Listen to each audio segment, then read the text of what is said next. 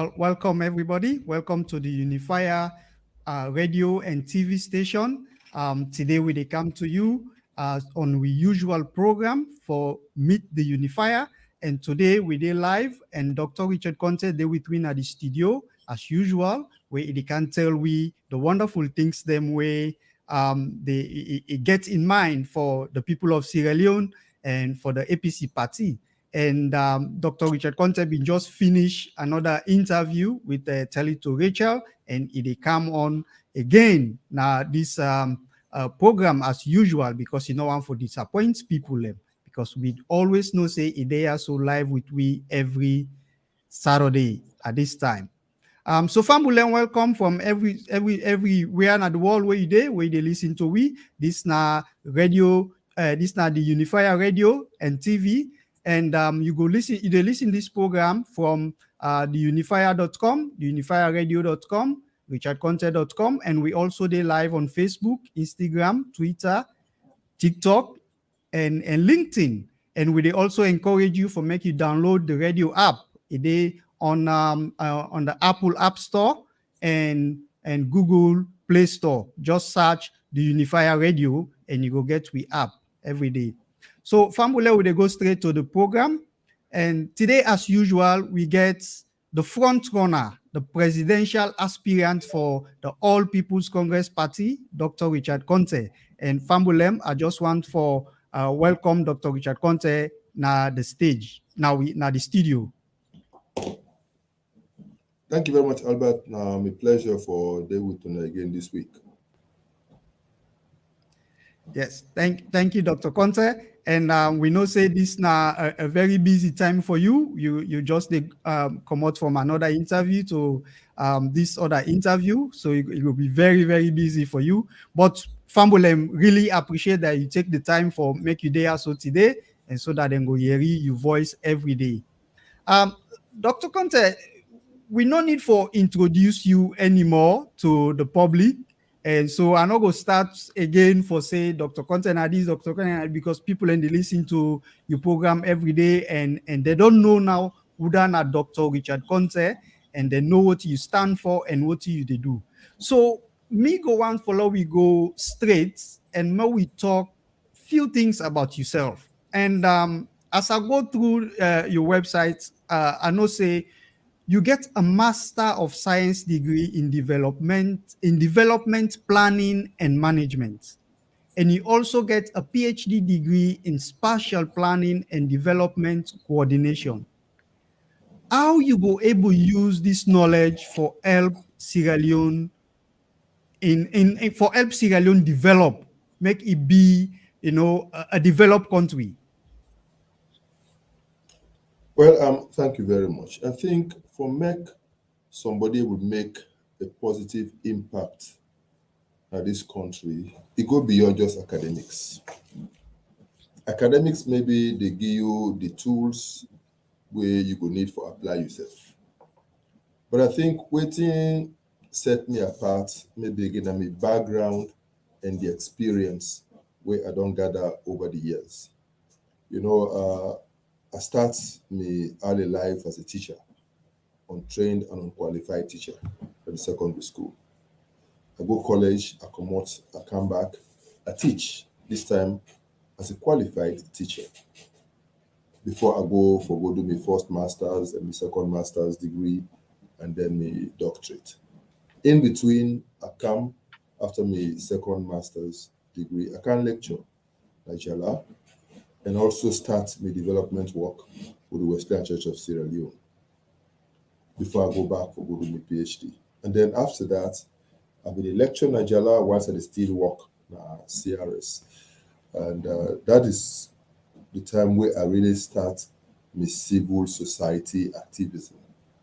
But even as I've been there in that my civil society activism, I don't lose sight of my academic background. We're now on strategic planning, development management, coordination, and those types of things. That's a study. So that I always believe, say, you can never go it alone. So even though I've been work for CRS, big organization, we get funding, we want for embark on peace building activities, we can go it solo. I never did. So when they asked me for set up the peace and justice program, I think say a need for bring other NGOs together for make we work together for achieve that. I not believe say CRS alone we're able to get the desired impact. So we come together and we form the network on collaborative peace building in Sierra Leone, NCPSL for short. And at that NCPSL, they will be formed 90 day at the West African Network for Peace Building Sierra Leone chapter. We believe we work together. In the same way, when we begin look at the mining sector as civil society, because CRSB also get interested in those types of issues. I also know the things we will do alone. So I've formed a coalition with NMJD, Campaign for Good Governance, and other NGOs where be also interested in those mining-related issues and how to ensure, say, the benefits from the mineral resources where God does endow the country with, how we will use those resources for bring about the much desired development where we country so badly need. And at that day we set up what we call the National Advocacy Coalition on Extractives. And for both of these organizations, I've been privileged for head them for the 3 years where I've been there as program manager in a CRS, working with others, some of them even more knowledgeable than me, but I'll be able to bring people together for make we work. Even this whole issue about elections and electioneering and the role of civil society and how can we impact the process positively. We started way back in 2001, where, before that, elections were always marred by violence. If you think of the 1996 elections, where they talk about either peace before elections, elections before peace, and all the amputations where take place, and all the violence and killings and savagery where take place. We've been, as civil society, we begin sense in the run of 2002, say, hey, if we not do something about this, just maybe, the same ugly experience of 96 will rear their heads, because we are just coming out of the war. Pakababi just don't declare, say, the war done officially, but in reality, there were still pockets of resistance here and there. So we come together as civil society and say, hey, one of the root causes of violence in elections, that the abuse of the youths, the abuse of the innocent, the poor, by the haves, by the big people, by the politicians, and what have you. So we say, why can't we mount a civil society-driven campaign on violence-free elections, for try to educate the people about the need for get violence-free elections. And at that time, I've been the spokesperson for the program, and we'll be the go on radio and on television, and we get programs who will bring youths together from various ghettos and other places for talk to them, for make them not allow themselves for be used by anybody for make them resort to violence, but that make we use elections as an opportunity for make everybody go to the polls and vote for the person we in choose, the person of your choice, the person feels still the best person for represent your own interests. And I'm glad that will be start in the form of a violence-free elections campaign, later on culminate itself into what they call now the National Elections Watch. We then become a very formidable civil society organization, we then make very tremendous impact. So I feel good that organizations the way have been be a part for nurture inside Sierra Leone, yeah, they don't grow up. So even when after 3 years, they ask me for go on ECOWAS, for go head the civil society desk by the ECOWAS Commission, and also for go as a program consultant for the ECOWAS regional program on peace building and post-conflict reconstruction in West Africa. I also believe, say, I cannot go it alone. I need for work with others. And we work with International Alert and the Center for Democracy and Development in Nigeria. We come together with other civil society groups around West Africa, and we formed the West African Civil Society Forum. So basically, the point that I have to make now is that the academic background don't always inform how they engage in the professional activities on the ground. I always believe in teamwork, and now even in politics, I also come into politics believing that I cannot do it alone. I need to work with others. I need to bring people together.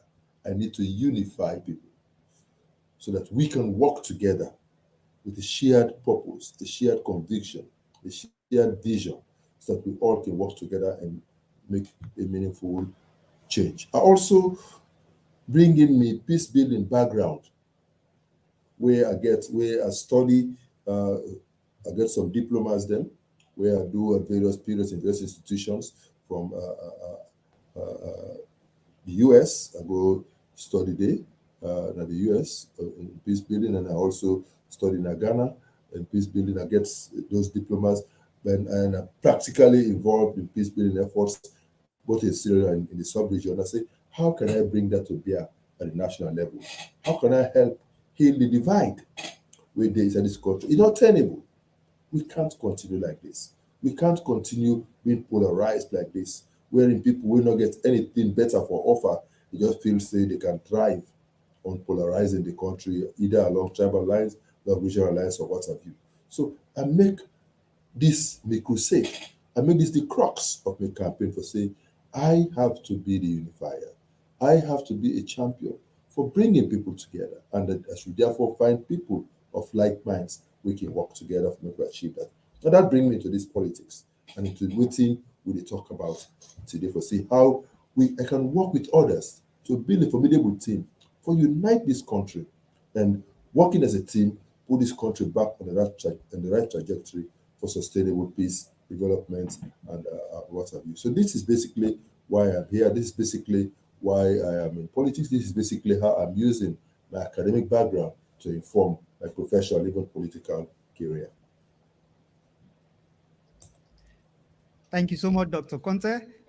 People don't follow what they say, that not only the degrees where you get, master's degree and a PhD degree in development, not only the one that you don't use for help Sierra Leone, but also you don't work in different other organizations in different capacities, where you don't able for put something in place for those small building blocks where in the future again for help Sierra Leone go before. Fambule Mawala una no say today at the sitting for we usual host, Madam Valda Kaikai, and so una no surprise una see a banner voice they talk now. So today I just the sitting for Madam Valda Kaikai when we regular host. Dr. Konteh, you na an educationist, as just like how you be the answer that first question where they talk to people. We know say you na educationist, you na be a former teacher. You teach, you say you start from as a UU teacher up to a lecturer where you lecture na the University of Jala. What in the national and the international implication of this fake degree saga where they happen at Sierra Leone right now? How this go affect the educational value for every Sierra Leonean? My brother, Sierra Leone be the pride in self for being the Athens of West Africa.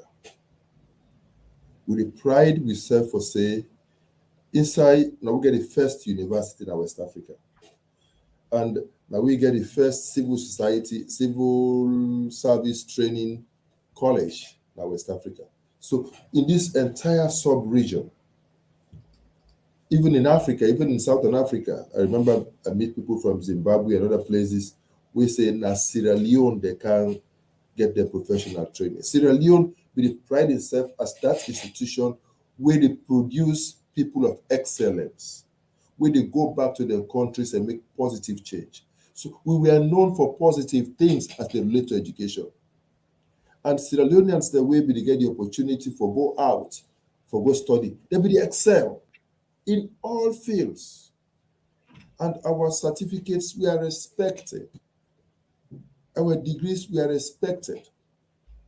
This issue, even about honorary degrees, even people were vetted before they were even given honorary degrees. And those people that give those honorary degrees, there was a reason. For example, if you are to become the chancellor of the University of Sierra Leone, for example, then usually they confer on you a doctorate, a honorary doctorate degree.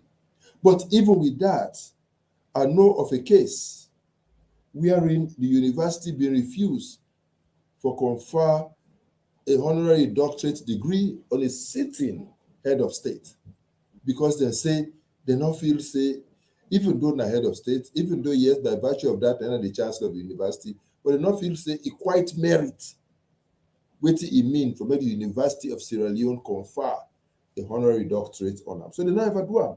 And so it was the pro-chancellor at the time, whether be a professor, maybe they step in for confer degrees through other period where that person they been there as head of state of this country. So that shows how we been value education in this country. Regrettably, what we don't get of late now, a proliferation of fake academic institutions where they award fake degrees. And now, for a fee, you can go and get a doctorate degree under a mango tree. And so when in this day and age of social media, in this day and age of internet, when people they see those things, then they say, anybody that will come to Sierra Leone, where you call yourself doctor, first impression, not one of them, Dominion College and other colleges, St. Clement and other colleges, they don't give this person this doctorate. These are the issues were very, very worrisome for me. And when I think of we picking them, we brothers them, we uncles them, we cousins them, we sisters them, we go on for pursue academic excellence abroad, how would they be perceived? You know, and when you think of the types of people we don't involve in this type of scam, for me it's a scam. Yesterday I listened to the debate in the parliament on this whole issue about the committee where they set up. I hear one MP they say anybody will get cause for pay for make them give a honorary doctorate, it's a scam. Because when they want for award a honorary doctorate, it's an award. People then get for see you, they see the contribution we don't make to society, they see the impact we don't make, and they say you merit them, then they approach you, not only they request them, then they offer you them. It's an award, they give it to you in recognition of the role we don't play. And so that not so even there, but now people are paying for it. So the person say, if you don't pay, you are paid, then go pay school fees. Now you go to college and get your degree. But you don't have to go and buy a honorary degree. You know, and I see young, energetic men and women were capable for go university and get their masters and doctorate degrees. They decide for go on the cheap way and just get all type of fake certificates. And then they sign official documents using those titles. I think say it's wrong. I think say not good for this country. And I think say government for step up and take appropriate action. Now we all they look up to the ACC for make them take necessary action. But I feel say even the executive arm for take necessary action against any public officials that were involved in this type of scam. I believe say Parliament for take action on any officers, any people, any parliamentarians were also involved in this scam. And I believe say we get for take those types of actions for able to redeem the image of the country.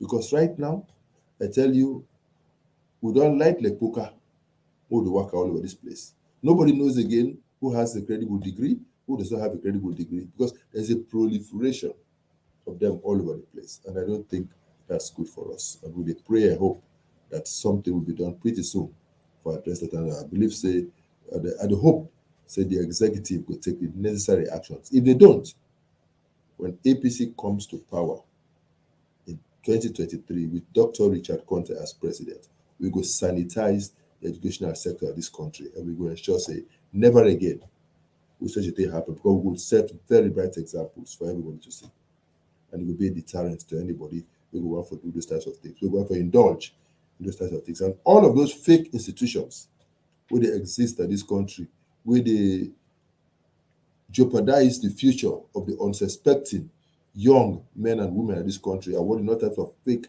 degrees will not get any accreditation anywhere. I believe say we go ensure say that not continue, and we go ensure say we stop them and set very good examples. God be help them. Thank you so much, Dr. Konteh, for that light where you don't throw out there, so that people can go understand what are the effects of all these things where they happen with these fake degrees, and why them for take them very serious. Way if for take them serious, so that Sierra Leone go be in a good picture, in the good light internationally, so that way when you they go out there for go study, or you go out there for go find job, people then go look at, when you say you get a degree from Sierra Leone, people then look at you in some kind of way, put so much obstacles and everything. But we tell you plenty thank you, because you know the effects of these things. And by God in power, if you be elected president, you go take action. And for clean up, for sanitize, we educational system na Sierra Leone. Back in January 1997, you published a book, Socio-economic and Other Variables Affecting Maternal Mortality in Sierra Leone. As I look through at the research, Dr. Richard Konteh, as he said, Dr. Richard Konteh he writes this book now, the Community Development Journal, Volume 32. You write about the socio-economic and other variables affecting maternal mortality in Sierra Leone. I just want for me you to throw small light on that book. You don't tell, I know say this now a long time ago. I don't know if you go remember against much of them. But I just want to throw small light on what in the book they about, so that Famulem, if you interested in knowing more about this book, just go on the internet and search for that book, the socio-economic and other variables affecting maternal mortality in Sierra Leone. We go post them now we link, so that people can go able to click and see them and read them. But first, we'll let Dr. Konteh just throw light and explain to people what in this book they're about. Well, not actually a book, now an article from my dissertation, from one of the dissertations that were published in the Community Development Journal.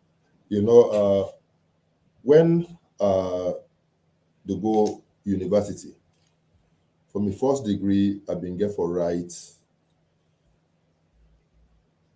dissertations, and I've been getting interest in rainfall in Sierra Leone, so I do a research on temporal variations and seasonality in rainfall over Sierra Leone.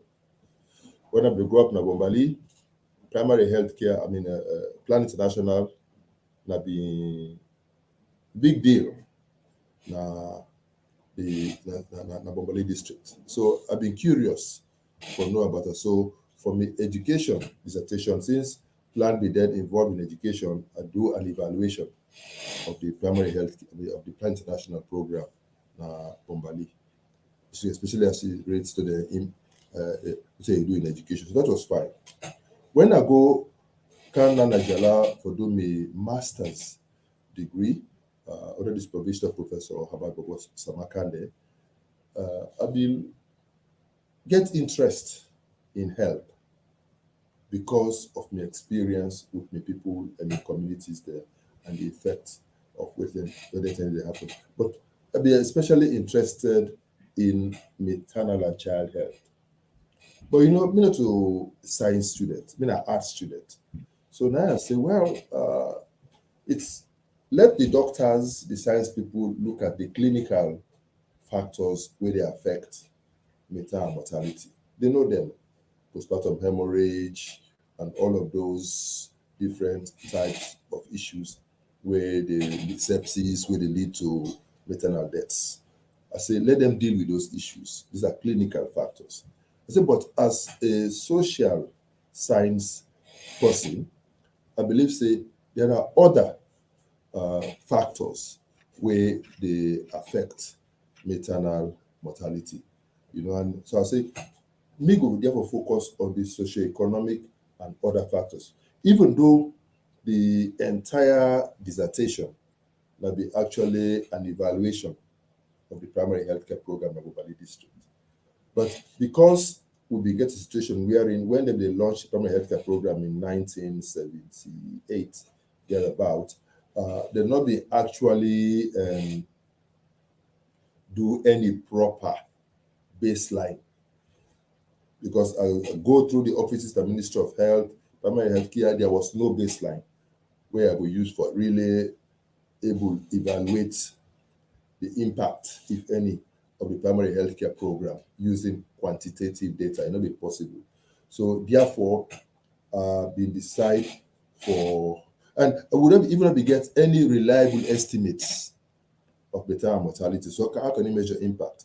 And I find out, say, in most communities, they don't even report maternal deaths, where the person were for born, we're not able born, the TBA then they handle the person where the entire, then say you can go to hospital. By the time they reach the hospital, the person don't die. So they're not going to record it at the village, they're not going to record it at the hospital, they care about the go burial. So you will find out, say, we will get the incidence of maternal deaths, it be higher in a PCMH, for example, that they refer at hospitals than even at the clinics at the health center, because they don't simply record them. So when one can do for my master's this research on estimates of maternal mortality and related indices in Bobali district, the first challenge I get now is data and how are we able to do a comparison. So I've been get for results to what we call the sisterhood method of estimating maternal mortality, where you ask siblings on the health status of their own siblings. Basically, how this your sister here? How many sister that you get? How many they are alive? How many don't die? Which still die? If they die within 6 weeks of pregnancy, yes. If he been die, yes. With how he been die? He been get belly, he been bleed, he been this, he been that. So we try to understand those issues, and then we get an estimate. But then for do the further analysis, say, why did they die? Then the community say, what be happen when the belly begin hurt, we not able to carry and go to hospital quick. By the time we carry and go, he don't die. So we see, say, poverty that be a major cause. Second thing, the TBAs, where they handled these types of issues. They also been get a situation wherein they're not properly trained, they don't get the good type of tools therefore work with. They don't refer the case quick. They fear say they refer, they say they not sabi, so they go left part, fetch by the case stay, the person become impoverished. They don't know, say, every delivery in an emergency. And because it's an emergency, you get for therefore treat them as an emergency. So we study all of those things, and write the dissertation, and I use opinions of people for able to arrive at some conclusions in terms of impact. But then I begin to make extracts from the dissertation now and begin publish them in journals. And the first publication will be Saving Mothers' Lives, Things Can Go Wrong. So if you check my CV, if you Google my name, you will see against my name, my first article published now on Saving Mothers' Lives, Things Can Go Wrong. This will be really focused on the TBAs and their role in terms of how they can either accentuate the problem of maternal deaths or how they can contribute, and within government need for ensure, say, we improve on the situations and how they function for make we reduce deaths. And then this other one, they look at which other factors, then they weigh not to clinical factors where they affect maternal mortality, And I'll do a few other publications. When I go for my second master's, I delve a bit further. I find out, say, for primary healthcare for succeed, the role of people, communities is very important. So how can we assess it? Because plenty of time when they come in a community, we say, that they not get a tree. So let's go dig for the community toilets. Then go middle of the town, they go give the land, then big toilets. They forget, say, in the village, nobody no want to make them see how they go to toilet. Because when you go use the public toilet, you therefore take your cooler, because tissue not there, you cross the village. So that anytime when they go to toilet, all man they know. No problem. So people know they end up for user, they would rather go to the back of the building and use them. Secondly, we find out, say, if you go and build them, then these people spend the entire day on the farm. So maybe the right place for dig the toilet, not on the town, because they know they spend the day at the town and then they can at all, at the farm. So you see, say, plenty times because we involve the people in the planning process for the interventions, for bring, they do the what we think say like good thing, but the people, they impact them. So I look at those types of issues and try to see how what it can happen. Why would we get plenty white elephants or failed projects simply because we design for the people? Would they forget, say, these people that they go to farm, and when they go to farm, there's a stream nearby. Now they prefer for goers, and when then they claim on top, then whoever is themselves, they claim on top the tick, then is themselves that they enjoy, or somebody they go to the water, he do the water go with them, he clean himself again, he come out, he go. Those things all they happen, but they lose sight. And so maybe if you be one for intervene, not to Naton, now really that place, because that water the way they run. So the downstream that drinking water for the other person, upstream the water for us, downstream that drinking water, and it has effects. And research don't prove, say, waterborne diseases that the greatest cause of death now developing countries like ours. So if you from a primary healthcare perspective, therefore involving the people in the planning is very important. So again, I do something on primary healthcare, and I do something on community participation. Why I go for my PhD again? Now begin look about to development in Sierra Leone. Why we don't try over the years it they happen? What's the response for that? Let me professor say corruption. Now I say, Prof, I not agree with you. They say, well, I say I'm nothing saying corruption, I say poor coordination. I say for me, I believe say corruption is a symptom of poor coordination. So therefore, identify poor coordination as a core problem responsible for the development. And so therefore, I build my thesis around that. And if you read my book, the real book where I write now on community development and the need for coordination, and you will see that book they have a lecture at the university, now being a prescribed text where plenty people always study development. Now this country they use them as a text, and they use them up to today. Because I've been giving a few copies to the libraries. I hope say they're still there for me the user, but I believe say contact University of Dortmund, they're able to get copies of the book. I get one or two from me yourself, but I don't get for distribute. So that is basically how I've always linked my academic research to my personal convictions and how I believe I can make an impact or help bring about some positive change. So that is it about my research and some of my publications. And later on, of course, me and Professor Kwakima and others, we begin to get into malaria, in the refugee camps. And we publish some papers jointly, me, Professor Bakima, Professor Safode, and others. So that is how I have always lived my academic life. I have to be interested in the issues for research, and I get involved and do the research, and then have it published and share the knowledge we will get. So yes, been very interested in health issues, and I've done a lot of research that are published, a lot of articles in different journals around the world. Oh, thank you so much, Dr. Konteh. So you see, Fambulem, as soon as they listen to we program today, we don't bring come to now there's so much areas where Dr. Konteh gets the book knowledge and also the practical experience. So the reason why I ask this question, because this what he writes there, it completely they out of what they do right now. So we see say now in a person way also get knowledge and interest in the health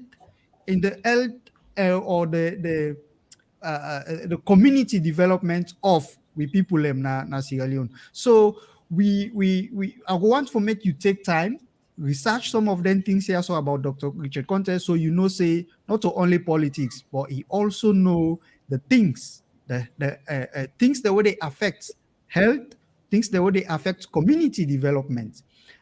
Doctor, we go stay small on that same theme, but now we dey look at business. You now private businessman.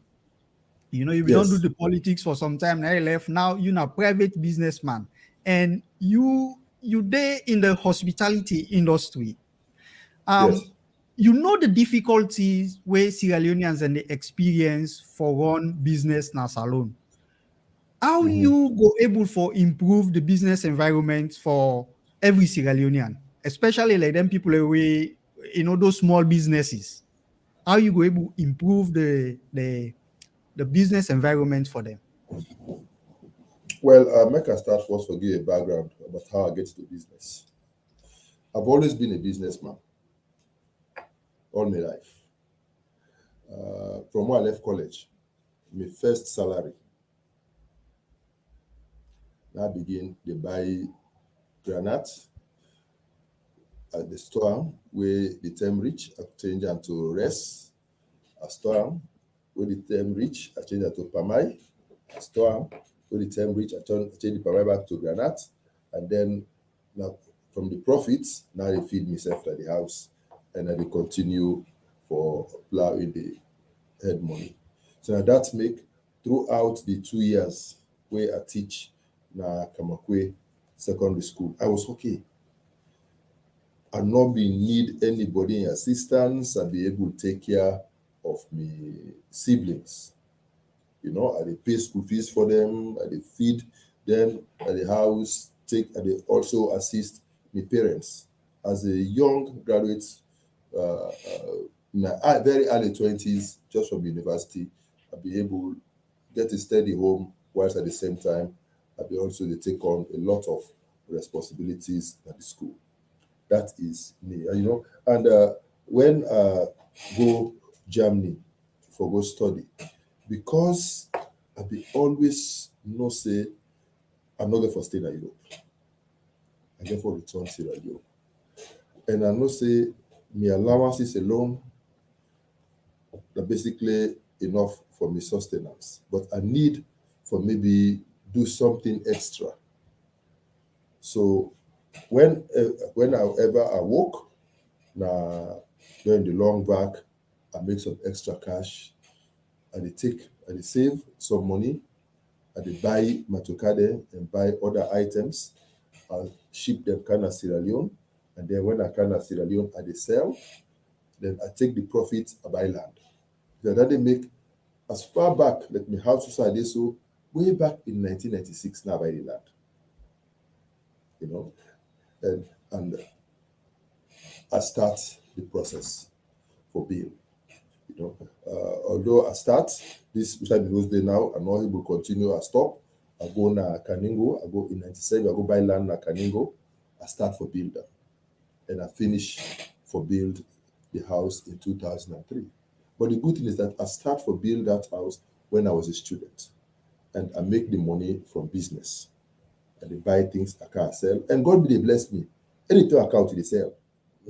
I sell, I go back. You know, and then the next year I come back. So that was how I was able to build my first house in Kanigo. It's a pretty big house. You get 12 rooms. As a student, you know, I finish up now. When I come back, I dey work now. CRS, I do private consultancies and later at the university. I will finish up in 2003, and then now I get a job. I go Nigeria. 2004, now I start for building the house, which I did now, and I move into the house when I return from Nigeria and enter politics.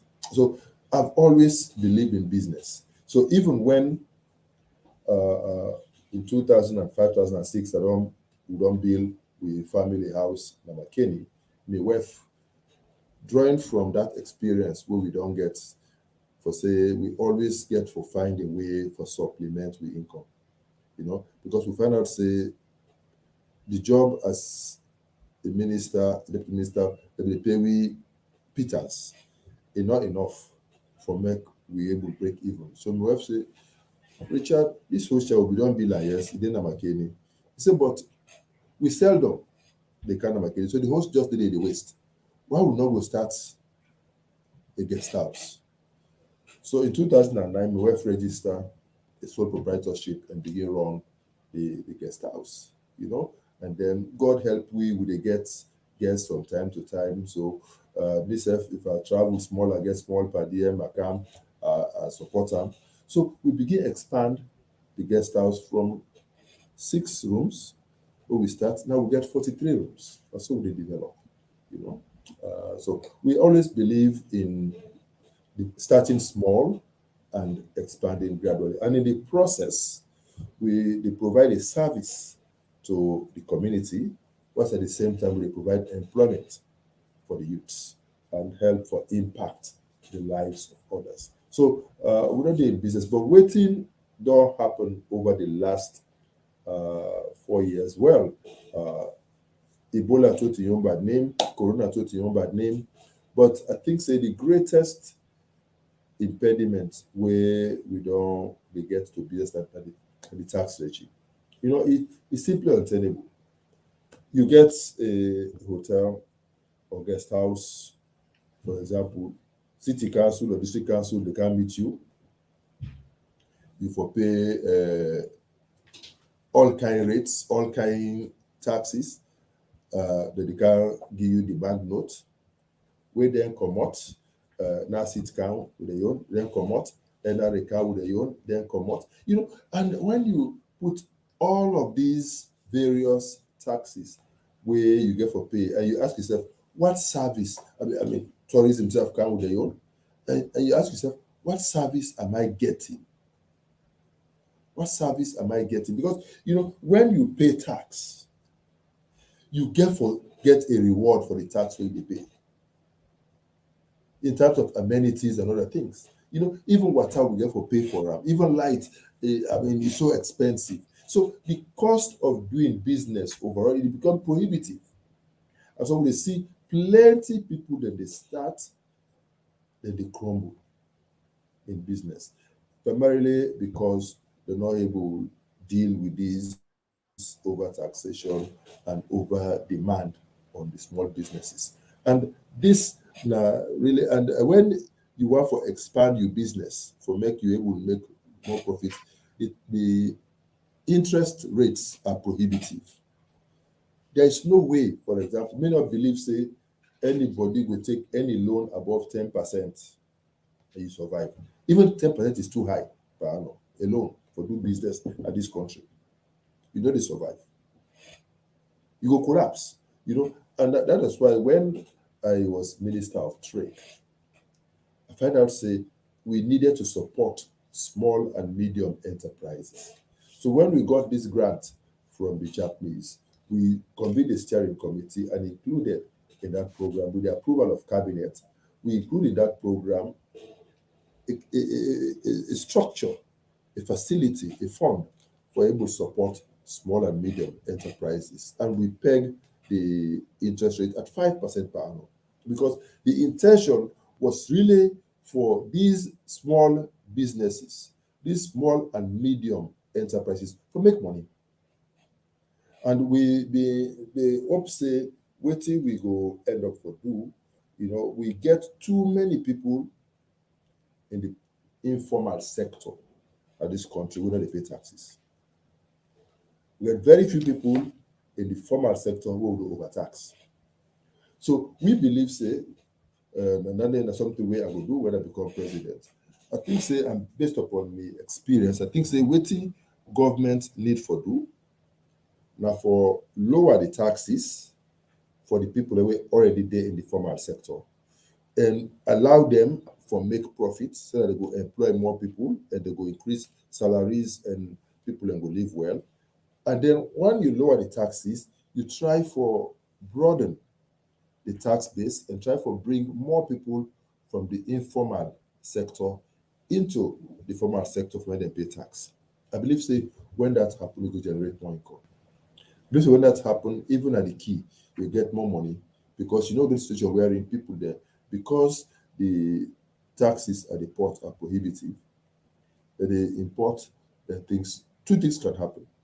One, they bring them in and they end up enriching the tax collector instead of government through dubious means, or they result for import them through Guinea, where they further reduce the revenue base for the country as a whole. So I believe, say, based upon my experience, so I don't get both as a businessman and as a former minister of trade and as a former minister of finance, I think, say, and of course, as a chief of staff, what they call chief minister now, where they oversee the overall workings of government, I think, say, I don't get an understanding of some of the areas the way maybe we need for tweak a bit, we need for take action, the leakages the way we need for set, and the type of actions that what we need for take for help for improve the situation going forward. And I strongly believe that our private sector has to be the engine for our economic growth and prosperity. We therefore allow the private sector to get confidence in the country for invest, confidence in the country for do business in this country, and when they come for create a fiscal structure, a tax system will not prohibitive, but we go allow them for make money so that they will expand on their businesses, they will employ more people, and then in turn they will pay taxes, and government will get the resources so we need for finance with other operations. My team, they right now punch the figures for try for see what the real implications will be of each of these various interventions for making we able to take a firm decision. Because we want to make sure say when we take these decisions, it's not just based on any wishy-washy thing, but really based on facts. So my team is working on that, and I believe say we will complete that process in time for the next elections, so that we are going to hit the ground running in 2023, so that this country will breathe an air of fresh air, so a breath of fresh air. We'll be able to do those things. We'll be able to attract investors like we did when I was Minister of Trade, and we'll see how we can again exploit we natural resources we were endowed with, and see how we can begin do some beneficiation, how we begin add more value, so that we go able to export more and then get more foreign exchange, and then see how we can get a more buoyant economy going. I don't think that the way it is now is helpful for the private sector and help for the country either. It help for businesses, and I think we need to do something about that. And I think I've got the experience, both personal as a businessman myself and technical as the minister in government. And I think say I can safely say that I get what it take for able to move this country forward. Thank you so much, Dr. Konteh. In the earlier program where I listened you interview with Tele2 Rachel, you talk about your priorities where you come, what you go be your first priorities where if you be the president, the elected president for Sierra Leone, you talk about that, and you also throw light on the current human rights reports in Sierra Leone. So Famulem, I know so una will be listening to program they una don't hear small things because people they ask questions around that area. So I just want to refer and say, yeah, you don't talk about this in detail because me listen that program there before we carry. But now, meanwhile, we talk about the All People's Congress. So the All People's Congress Party, then they face a lot of struggles, challenges right now. How you go make the party a better political organization? Because right now you divide for be the leader of the party. If you happen for be the leader, then they elect you for be the leader of this party. How you go able to make the APC a better political organization? And and why you want the APC supporters, the delegate, the potential delegates, who therefore go out there and vote, why you want them for me to elect you, for me you be the leader of the All People's Congress Party. Thank you very much, Albert. What did happen to our party since 2017? Now that we get inside with party, a number of people them were disillusioned, we feel disenfranchised, we feel aggrieved, we feel hurt, we feel say the party not they serve them best interest. A few of them don't left the party or they threaten to leave the party. Some of them just they now lukewarm, they not really too care what happen. They not go to another party, but they not really force what we think about. They just sit down. Very few grassroots people then still affiliate groups. They still they fight. They're still full of fire. A handful of middle upper class people in the party still they agitate and advocate for the party, including myself. We try we a little bit. I believe say one of the first things we need to do now for get everybody for know say it is not about an individual, it's about us working together. And therefore we get to come together and work. But for make we all will come together and work, we get for ensure say everybody feel say we value them. For say in your opinion count. Inself can make a difference. Inself can get something for contribute. So that when everybody feel important, when everybody feels say it gets something for contribute to this process, when everybody feels say himself can be a part of this change, and everybody will get a space, we say it will able to manifest himself. I think say it will be easy for them to come together. We need for own up to mistakes. We need for face up squarely some of those challenges, and we get need for big. Some people will big them.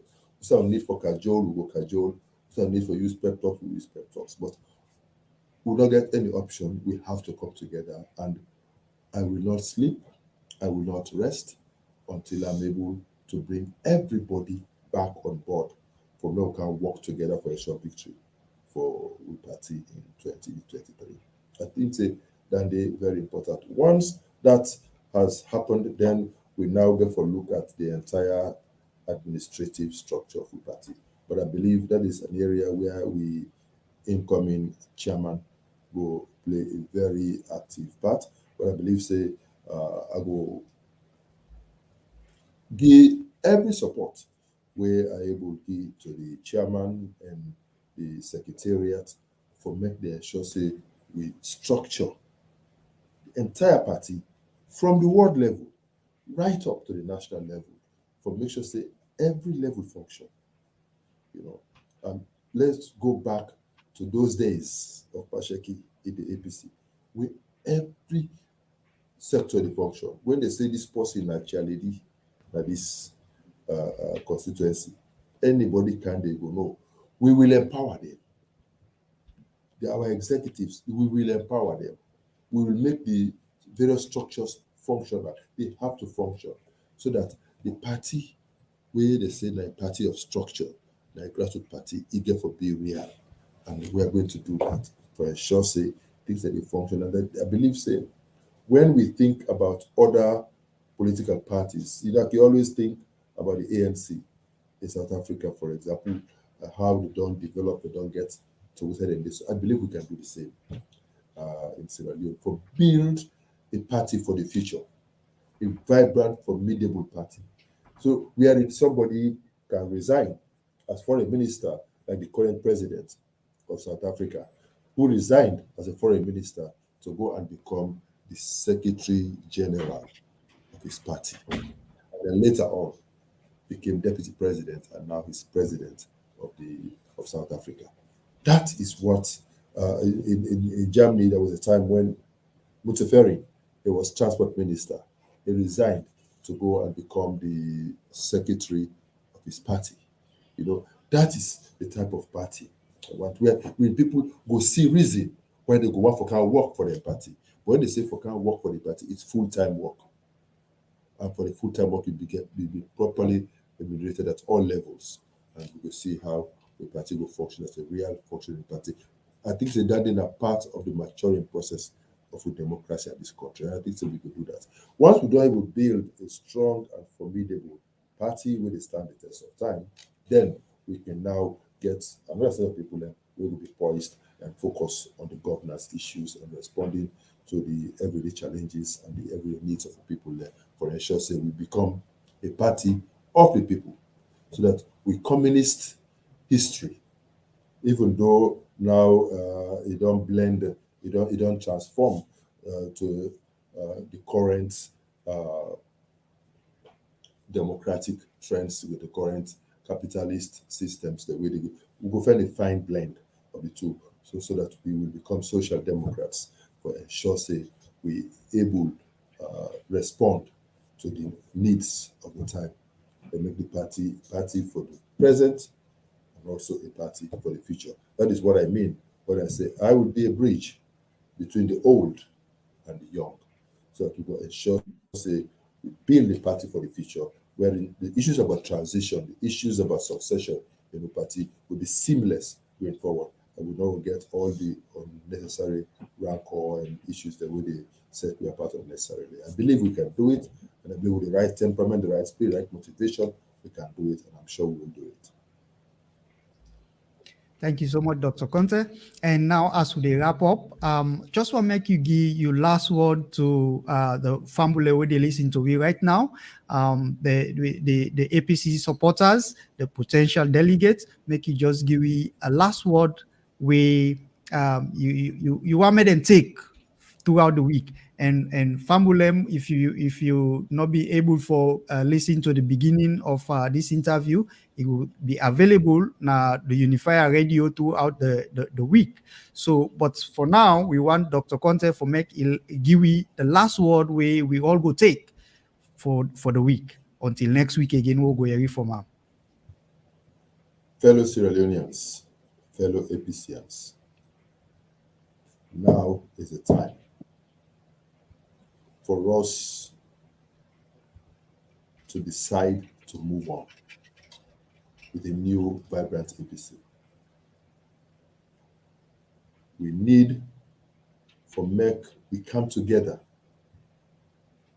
We need for set aside those things where they separate we and focus on those things where they bring we together. A common agenda, a common vision for a stronger, more vibrant party. Stronger, more vibrant Sierra Leone, poised for takeoff, sustainable growth and development. I believe, say together, we can do it. We don't need for fair to self. We don't need for cause to self. We need for tear we self apart. We all now one. We all now APC. We all now one family. We get for be each other's keeper. We get for watch each other's back. We not for be adversaries. Just because you come in want the position where you want, it don't make you that don't make the person your enemy. It don't mean bad. You just let yourself pass you, that's all. Let's say we yourself let yourself pass her. No crime. Let we love each other. Let we fight a civil fight. Let's campaign on the issues. Let me tell the people the way till we feel say they set we apart. Not to focus your company. No message. You campaign, no message. What are you here for? What are you to this race for? We in the Unifier team, we committed to a united APC. We believe that in the APC, we all know one. We believe that in the APC, there are no regional barriers. There are no tribal barriers. There should be no impediments to our coming together. And we believe that together, we can move forward and win in 2023. I dey offer myself to my party as una servant. We ready to provide the leadership where we need. Una all don't see my life trajectory, what I don't begin explain. Una all know when I will serve government. And I all know what I don't do since APC lost power. The lengths where I don't go for defend the party and for defend the people there. I've tried to be there. Of course, there's a lot I could have done, but there are limitations. But I believe there is a lot we can do differently. And I want to just appeal to everybody. Lord, put all our hands on deck. Let us fight a civil fight.